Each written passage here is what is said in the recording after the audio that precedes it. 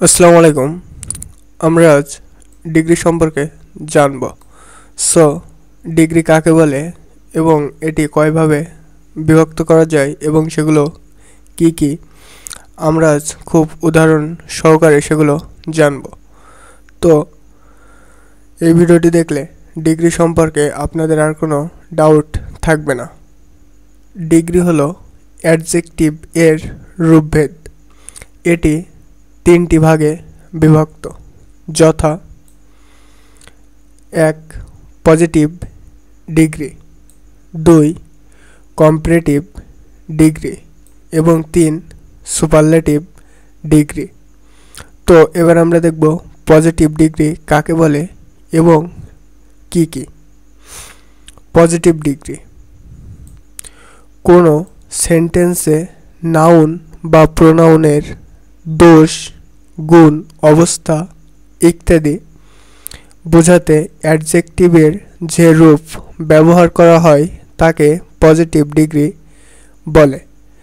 অর্থাৎ কোনো সেন্টেন্সে একটি বাক্যে নাউন, নাম বা নাউনের পরিবর্তে যেটি ব্যবহার হয় প্রোনাউন, এর নাউন বা প্রোনাউনের কি দোষ, গুণ, অবস্থা ইত্যাদি বোঝাতে অ্যাডজেক্টিভের যে রূপ ব্যবহার হয় তাকে পজিটিভ ডিগ্রি বলে।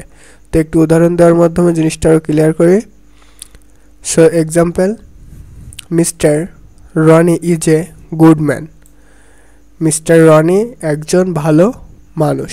সো এখানে গুড দ্বারা বোঝাইছে মানুষটা কেমন, অর্থাৎ রনি কেমন, এটাকে গুড দ্বারা বোঝিয়েছে।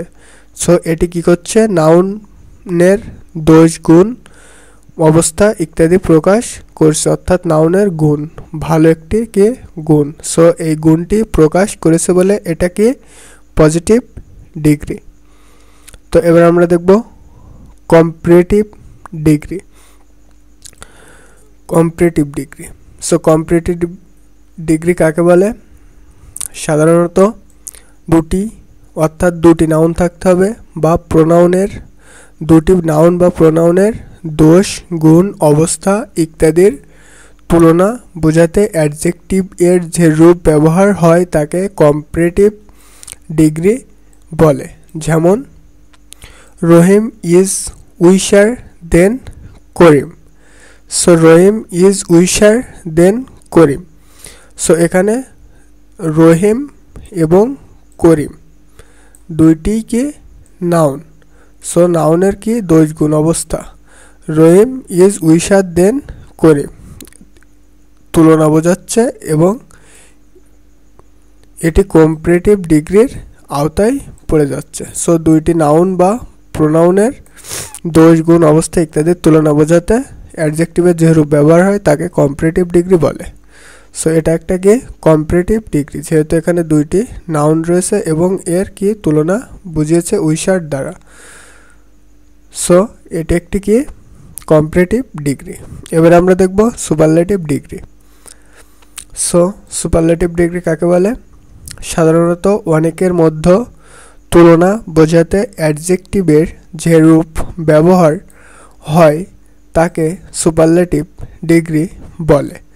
সো সাধারণত অনেকের মধ্যে, অর্থাৎ প্রথমটা কি একজন এবং দ্বিতীয়টা কি দুইজন, এবং সুপারলেটিভ ডিগ্রি কি অনেকের মধ্যে তুলনা বোঝালে তাই অ্যাডজেক্টিভের যে রূপ ব্যবহার হয় তাকে সুপারলেটিভ ডিগ্রি বলে। যেমন Rony is the best player in the team. So এখানে ইন দ্য টিম অর্থাৎ টিমে যে সকল সদস্য রয়েছে সবাইকে বোঝানো হচ্ছে। সো এখানে কি রনি হচ্ছে কি একজন মানুষ, সে সবচেয়ে ভালো প্লেয়ার তাদের টিমের মধ্যে। সো এখানে অনেকের মধ্যে তুলনা বোঝালে কি হবে, সুপারলেটিভ ডিগ্রি হবে। তো প্রথমে পজিটিভ ডিগ্রি একজনের মধ্যেই তুলনা হবে, সেটি নাউন বা প্রোনাউনের দোষ, গুণ, অবস্থা প্রকাশ করলে কি হবে, পজিটিভ ডিগ্রি হবে। এবং কম্পারেটিভ ডিগ্রি দুইজনের মধ্যে তুলনা বোঝালে কম্পারেটিভ ডিগ্রি, এবং অনেকের মধ্যে তুলনা বোঝালে সেটাকে সুপারলেটিভ ডিগ্রি। তো এরপরে আমরা দেখব